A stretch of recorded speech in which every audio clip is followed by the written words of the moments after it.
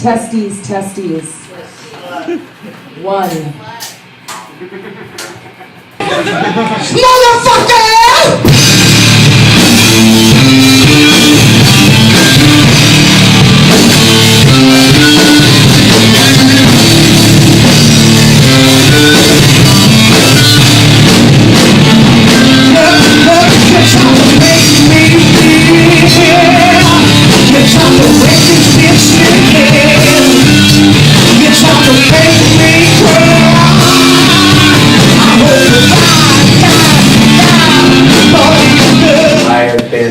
Working for about 20 years as a vocalist, an actor, a choreographer, a teacher, a director, a producer. I do it all. I do this kind of stuff. This particular thing has been probably the most golden thing I've done as far as band work. Something about us just works. I have always loved music. Played violin very briefly as a tiny girl, then went to Waldorf school and played lyre and recorder, then picked up an acoustic guitar, then burned the acoustic guitar because I moved to Anacortes, Washington, and was turned more like goth and angry. And I started playing bass 20 years ago.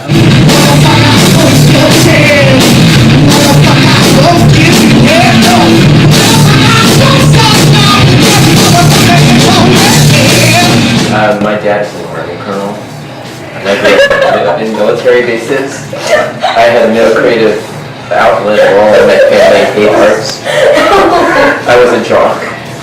You were a jock, that's right. I would just run and run and run. And You didn't even damage your legs. I did. I ran so much that I broke both my legs. This is a true story. Because I was running 70 to 80 miles a week. Not being all serious all the time. So this is around the time I started wearing dresses. And I broke both my legs. I was on crutches. I couldn't do track, cross country, or martial arts or anything.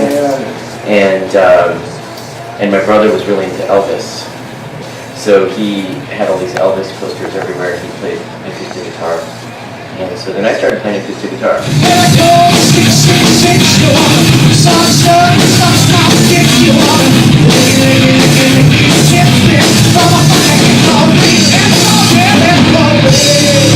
My dad moved from Okinawa to Tokyo specifically to become a jazz drummer.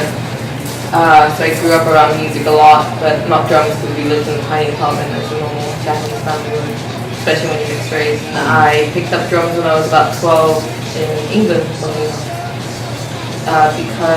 I was an ugly duckling and I wanted boys to like me, and I was like, oh, what's a genre of music that's full of boys?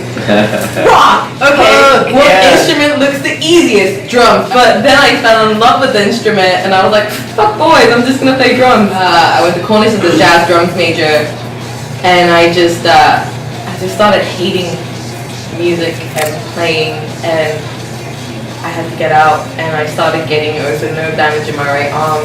So that's why you saw in the show I wear a brace, because I still can't play right-handed anymore. So Trannysaurus Rox, I saw them, and I already turned down a couple of bands who wanted me to play, and I was just like, I need a creative outlet, this is fucking killing me. And Trannysaurus Rox was the one that I wanted to actually put any time and effort into. She was at her first show. Can I tell this story? Yeah. Her strap on here, as you can tell, this person came up, got on her knees, and basically deep-throated it, and we were like, all of us were like, we need to know this girl.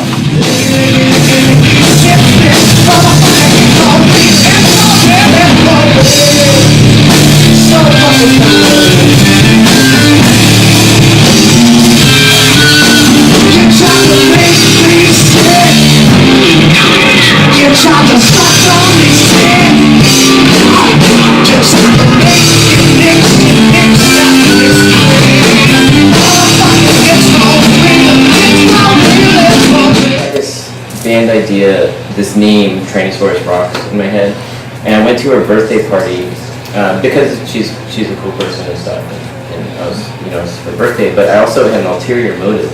I wanted to ask her if she would play music with me, because I thought she was awesome in Black Queen, and she said yes. I had never heard him sing, I just knew from posters and stuff that there was someone out there named Adolf Hitler. And I just had this sense. And remember, I'm a tarot reader, I'm an intuitive, I do things just based on hunches and intuitions all the time. Like, how would you like to be in a butt-glam band with Adolf Hitler as the singer?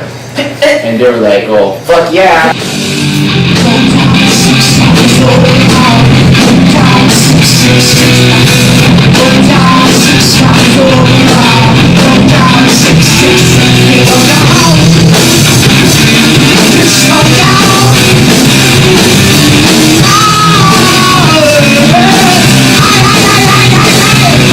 We found out she was a drummer, and next thing I knew, we had two drummers. We had St. Nicholas, Andrew, and then we had Acid Panda. And as you saw on that show, we had a song called Busy Bitch, and she was the busy bitch out in the audience with a bunch of cell phones, pushing everybody out of the way, coming up on the stage. They didn't know what was going on. Yeah, in a pantsuit. And then she just basically kicked the other drummer off the drums and Beat him with the dildo. And beat him with the dildo. Well, it's funny. It was really awesome show. Back in London, I played in a band called Anarchist Wood. Hilarious band. And I used to wear dildos. And so when I saw her, I was like, Yes. oh my god, another person wearing dildo playing music. Awesome. So that's that.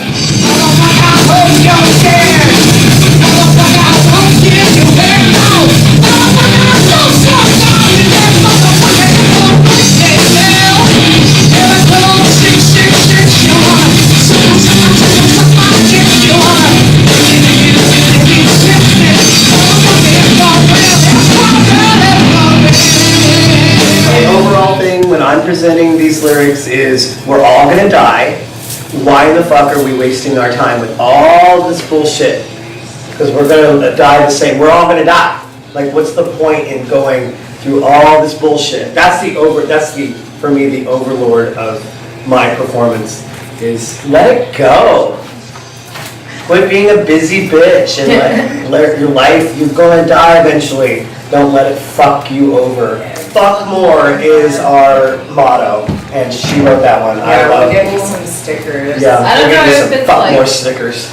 I don't know about lyrically, but I know that for me at least, a creative outlet is necessary for me to be able to deal with extreme emotions I have, whether it's anger and frustration or whatever it may be, but especially with how the world is and has been for a long time, there's a lot of issues that genuinely crush me and depress me, and I can choose to either take the side of those who are violent to others or who are violent to themselves, or I can let it out creatively and share it to the world in a way that says, you know, if you want to see what I have to say, you can see what I have to say. If you don't want to see it, that's fine. It's completely up to you, but I need an outlet. I cannot live in this world and not have an outlet.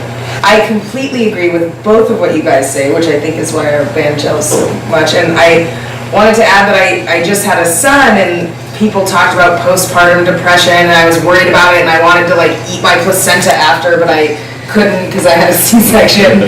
And so I was like afraid I would get postpartum depression, and the first sign of depression I had, I knew it was because I hadn't played music for a couple of months. And I was like, I love my baby, like everything else is great, like I'm depressed because I'm not playing. And then as soon as we started practicing again, I felt fine. So it's that, I totally understand that, I think we all do that, that you need something to express yourself. Absolutely. Given the state of the world, and it's probably always been that way, and that's why art and music started.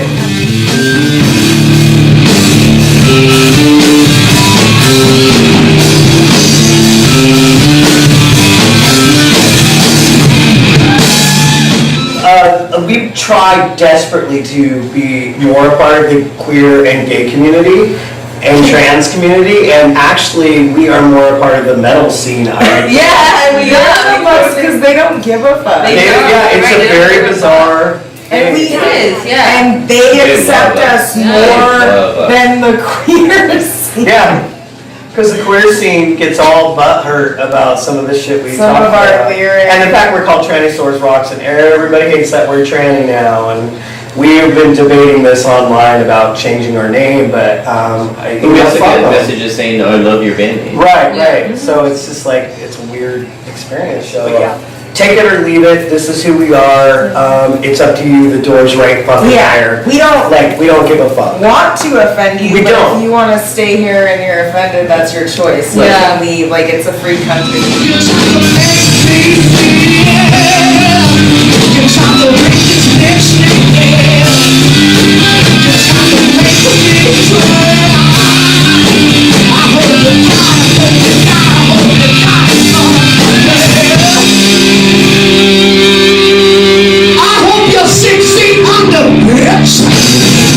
Well, we're literally in the process of booking it still, and we leave September 6th. Yeah, we have 5 shows booked. I'm breastfeeding. In fact, let's just, my boob is like exploding. Oh! Every time! Oh, God! I puked up my mother's milk, and I'm lactose intolerant. Your boob starts to hurt when it gets too filled with milk. So I could either bring a pump with me on tour, and my hashtag is pump to play because I have to pump milk in order to play shows. Someone's feeding my baby thawed out milk right now. So I was like, fuck, I want to tour. And these people, they know my son, I feel comfortable with them, I trust them. My friend Ricky is gonna be tour nanny, who I know and trust, and we're gonna bring my mom van and his Ford sedan and Taurus, and we're gonna, Go on the road. I'd rather bring him on tour and feed him and give him that experience than have a bunch of people watching him while I'm gone feeding him formula and me bringing a pump that I'm literally hooked to a machine to pump milk every 3-4 hours. Bucky is the 6th member of this band. She was pregnant almost our whole first year, right? Yeah. Or almost every show we You're the played. first person She that's just kept on getting done bigger and bigger and bigger. By September, it was out to here, and it was kicking, and we were playing in this space. I remember the for lift your Daniel's birthday. belly to suck your dick. Yeah. Oh yeah. What band's done that, people? Well, and I'm showing you, this is also, smash the patriarchy, fuck that men can do this. I'm trying to shift the paradigm and say, hey, Yes, mommy. I'm a woman, Yes, I'm queen. a rock musician, and I'm not gonna let a baby stop me, and men have been doing this forever, and I'm gonna do it. And as soon as I'm done breastfeeding, Bucky will stay with his grandma or his dad when we go on tour, but we have a momentum going, and I believe in it, and my son's gonna be part of it as long as he's breastfeeding. The coolest baby on the planet right now. I feel very lucky. President Bucky. Blessed to meet Bucky. There's some funny videos where it's me, Ursula, and Nozomi, and we're in her practice space chat, and she's got this little dog. This little chihuahua in my sweater. And then she's got her baby, and I'm just... We're rehearsing. We're rehearsing all together.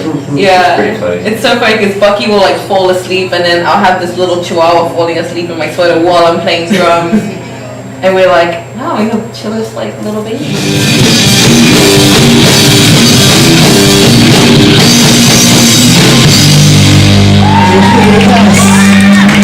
Now that's a fucking great song.